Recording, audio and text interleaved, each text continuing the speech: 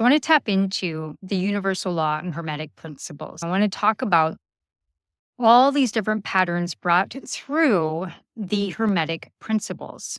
And so when we look at first one, the mind, the patterns of the mind and how they originate through experiences when we're trying to survive in a very hyper-vigilant world. For example, the idea of being light workers or a light warrior, this all stems from ancient times when humans were following a path of the sun to work during the day and then to hunt at night.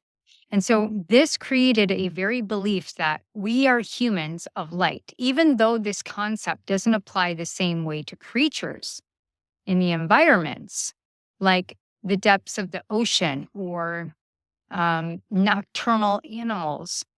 The word pattern comes from a Latin word patronus, meaning something that is protecting. So we think about the mind, right?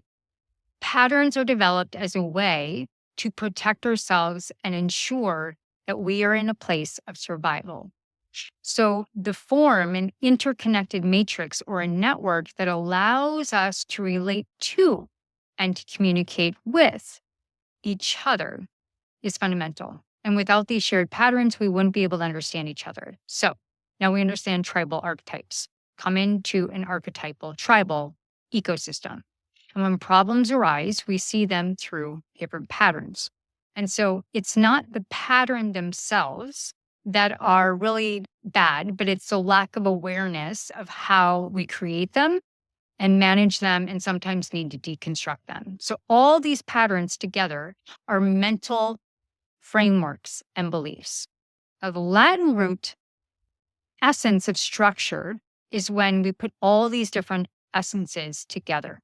Ultimately, everything we perceive in our reality is an interpretation filtered through the lens of our pattern-structured mind. And so to evolve, we must examine all these patterns with awareness, keeping those that serve us while also being aware and letting go and unconditioning those that don't. Key point. So the key to consciousness then is the use of power through the mind. So one of the foundational hermetic principles also is the law of correspondence. Now, this is going to be your as above, so below. You've probably heard it before. So basically, it means that we're mirroring between what happens at one level of reality and on another level of reality, it's happening in another reality. So our outer world is a reflection of our inner world. And the word correspondence is going to come from the Latin word responder, which is to answer or respond. So our external reality is constantly responding to and reflecting our internal state of being and or a perception of internal state of being. So what we're resonating with vibrationally, we can see that all around us. So for example, if someone upsets you, it's really an internal upset that is being triggered or projected outward. And that external event is a mirror inviting me to look at what is it in me that needs observation or needs healing, to not take that personal because it's about me. It's different than directing your thoughts and blaming or playing the victim game because you are always a reflection of your state of what is around you that is causing us, what is causing me to resonate and attract that experience. That is the vibrational match. So by understanding the law of correspondence, we can gain the valuable insight and take full responsibility of how we show up in our lives. And so we're no longer blaming our outer circumstance. We're moving away from that world and we're really reflecting, what do I want to be or respond what I would want to see in the world? And that can take time. It takes empowerment from the inside out where we have lost so much of our power. So another core hermetic principle is vibration, which is everything in the universe is light and vibration. So from the very, very, very smallest subatomic particles to the larger cosmic body, everything is vibrating. Everybody has a frequency. So our thoughts or emotions, all the cellular aspects are broadcasting these energetic vibrations into the world. And so the law of vibration is very closely linked to that of the law of correspondence. So when we look at the vibrational frequency that we're resonating at inward and how we're experiencing it outward, law attracts like. So this is why we are in a low vibration of fear, or if we're in lack or a victim, we attract more of those experiences. Conversely, when we raise our vibration and we choose love and we choose abundance and we start to experience more of those experiences or put ourselves in those experiences, that vibration is then becoming the attraction point. You've heard this before. So it allows the energy to not only transfer, but to be transmuted. And when we interact with someone or something, there is a vibrational, a currency exchange. So we're constantly absorbing, transmitting, and vibrating at all different levels. And those thoughts and emotions are particularly the vibrations that create your energetic state. So the key here is learning to master the vibrational state so that we can really consciously choose what we want to do with what we want to resonate with. Actually, there's nothing to do. It's just all about resonating. So breath work, meditation, attuning ourselves to higher vibrations through music. Those are all really great ways to do so. All right, rhythm. Let's talk about rhythm. All rhythm of the universe is cyclical. So if we take this principle and we look at oscillation and we look at the law of a vibration through a pendulum, we learn that we see in the cycles of the day. We see the night, we see the day, we see the seasons, we see the tides, we see life, we see death. These are all rhythms. Bum, bum, bum, bum. It's the rhythmos of the universe and your soul that vibrates with the universe. So this reoccurrence of energy, this universal heartbeat that is found in all of the natural processes, it's the very music of your soul. It is the rhythm that shapes the flow of sound. It is what makes a melody of harmony dance through all of time. And so without rhythm, music would have no coherent form. So we live in a world where there's always chaos and it's always bringing chaos into order. So with that, it can be a tempo, it can be an intensity of a tempo, it can be a smooth ride. These are all laws of correspondence that are happening within a rhythm and how it's reflected in our outer experience. War, not so great. That rhythm's not good. And every civilization goes through at least 4,000 years through total destruction. That's a rhythm. So this is an invitation to really look at and how we can look at the rhythm of our inner rhythm and how we are a direct force of good to reflect in mastering the world around us and its rhythm. Now, we may not have full control of the weather, but we certainly do have control of how we coincide with the weather and how the seasons flow and how we can go internally in the winter versus hustling and really honoring the rhythm of our life.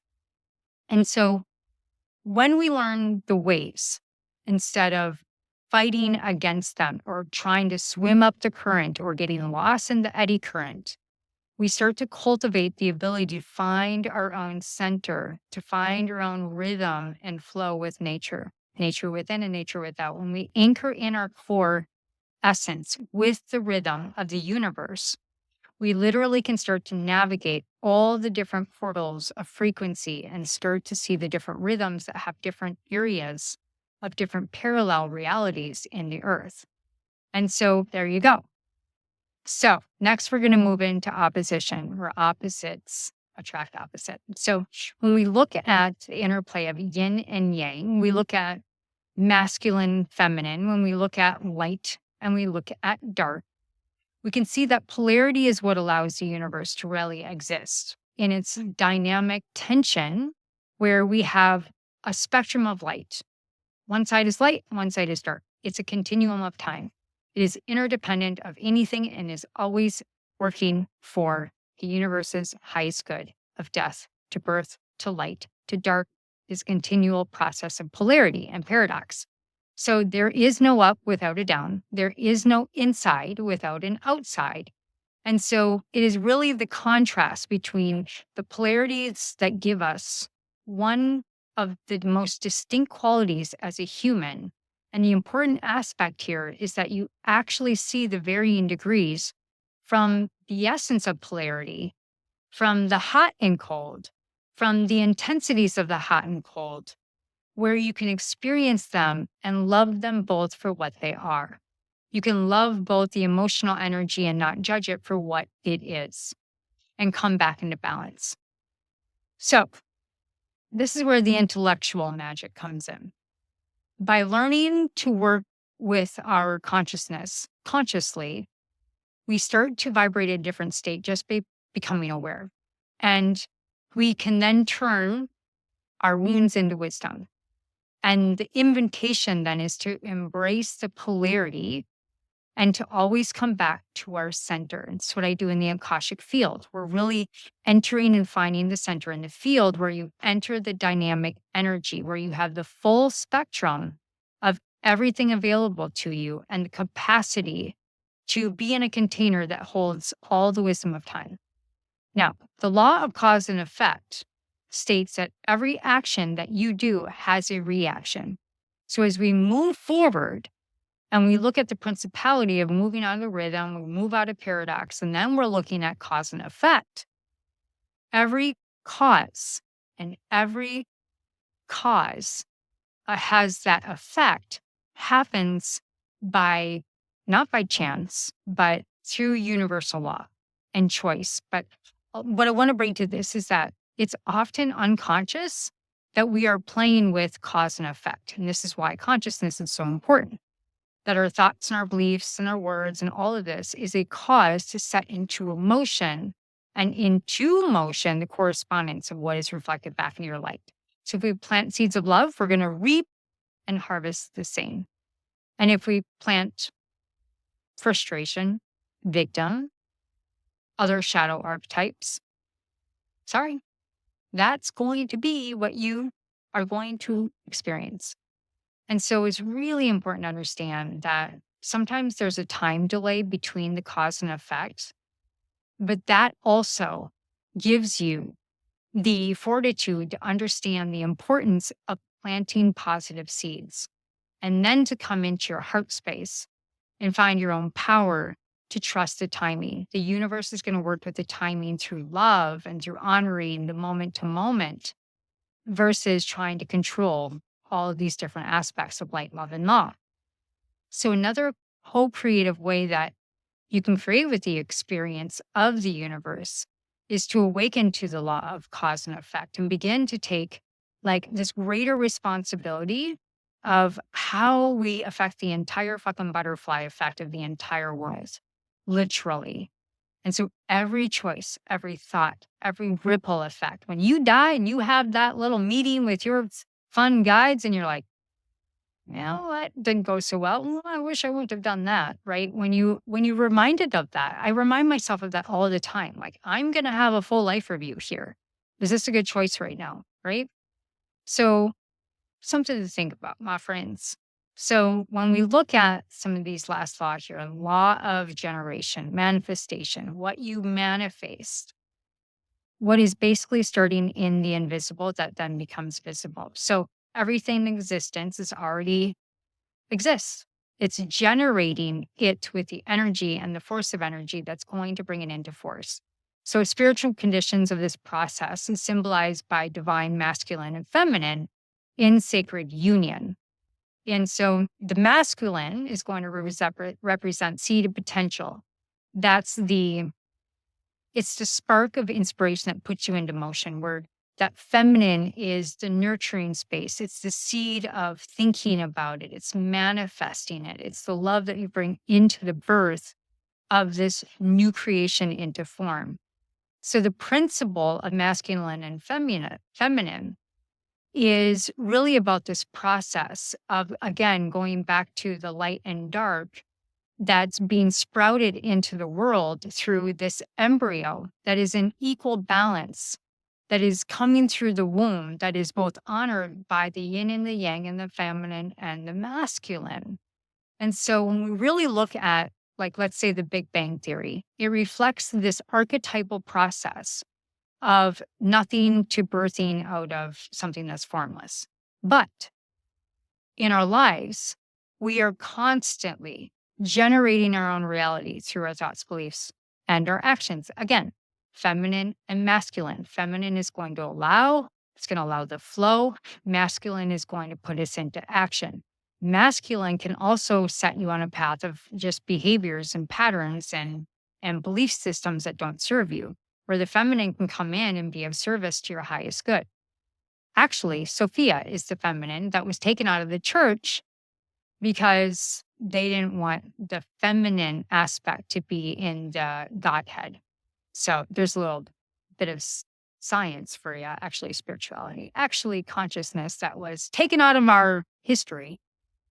Anyways, coming into different dips of meditation and really understanding the power of both having the clarity and the vision, but also having unwavering faith in the feminine aspects, but also responding that when you know and you feel led to take action, that is the balance of the law of generation, where we are not separate from our creative power. We are not separated from the universe. We are not separated from taking divine action. We are the macro and the microcosm of this holographic universe, and it is beautiful. So those are the Hermetic laws. Now, I'm going to be going through a series with a mentor and a community around the Akashic field.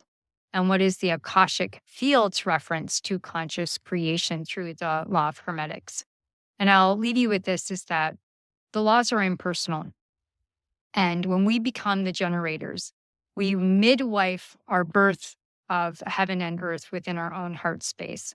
You can understand that the light, love, and law is impersonal, and every experience that we create here is an intimate experience through sovereign choice of making it personal. I'm not a literal mother in this lifetime, even though I desired to be one. But when I tap into my higher divine will, my divine will knows that in this lifetime, it would have been a sidetrack that would take me off course to what I'm here to do. But even though I had the mother archetype, I have a spa, I have a salon, I have a spiritual business, I do psychic work, I do all these different things to mother humankind. So that's part of my archetype. It's an archetype that I hold, even though I haven't manifested the very personal experience of being a literal mother in this lifetime. I still hold that energy. So think about the energies that you hold. Think about the archetypes. And then understand that light, love, and law is always in effect, and you can't escape it. So the decision is yours. What do you want to awaken to? What do you want to harvest more of? What do you want to plant? And what do you want to pay attention to? So all my love, all my light, and we'll be in touch. Now keep in mind, one of the universal laws is one of the core pieces in my Oracle deck that is going to help you align with all the different principles around the universal laws and Hermetics. And Hermetics is always shifting and changing. The mystical, the mystic, the galactic age that we're in, we are always in effect with the mystical laws of Hermetic principles. So if you have any questions, reach out. I hope you enjoyed this. I sure did. All my love, all my light.